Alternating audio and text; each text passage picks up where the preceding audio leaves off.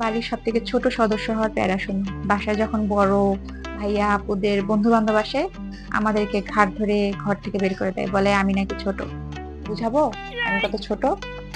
যাক, বাসায় যখন গেস্ট আসে আমার উপরে দায়িত্ব পড়ে চা নাস্তা ট্রেও বানানো, চায়ের জন্য গেস্টের সংখ্যা 1 2 3 4 এভাবে গুনে আসা। এরপর গেস্টের সাথে যে বদমাইশ বাচ্চাগুলো আসে, ওই বাচ্চাগুলোকে আমাদেরই সামলাইতে হয়। সব থেকে বাজে কাহিনী হলো, বড় ভাই বোনকে, বিশেষ করে বড় বোনদের যখন দেখতে আসে, আমি বিয়ে করতে চাই বা না চাই, আমার বিয়ের বয়স হোক বা না হোক, আমাকে টেনে বের করে দেখবে। যদি এমনি এমনি দেখতে না পারে, আমি বাথরুমে থাকি আর কম্বলের নিচে থাকি, ওখান থেকে টেনে নিয়ে আসবে দেখার জন্য। তার থেকেও বাজে হচ্ছে দুজনের মধ্যে তুলনা করা। সব মাইনে নিলাম, কিছু করার নাই। বড় ভাই বোনের অত্যাচারে একটা প্রেম করতে পারি না।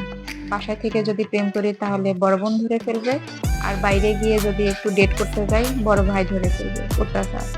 তবে মজা লাগে কি জানো, যখন আমার হবু জামাই কে হবে এটা নিয়ে বড় ভাইয়া আর দুলা ভাইয়ের মধ্যে একটা কোল্ড ওয়ার চলে। এই যুদ্ধটা আমি খুব এনজয় করি গাইস।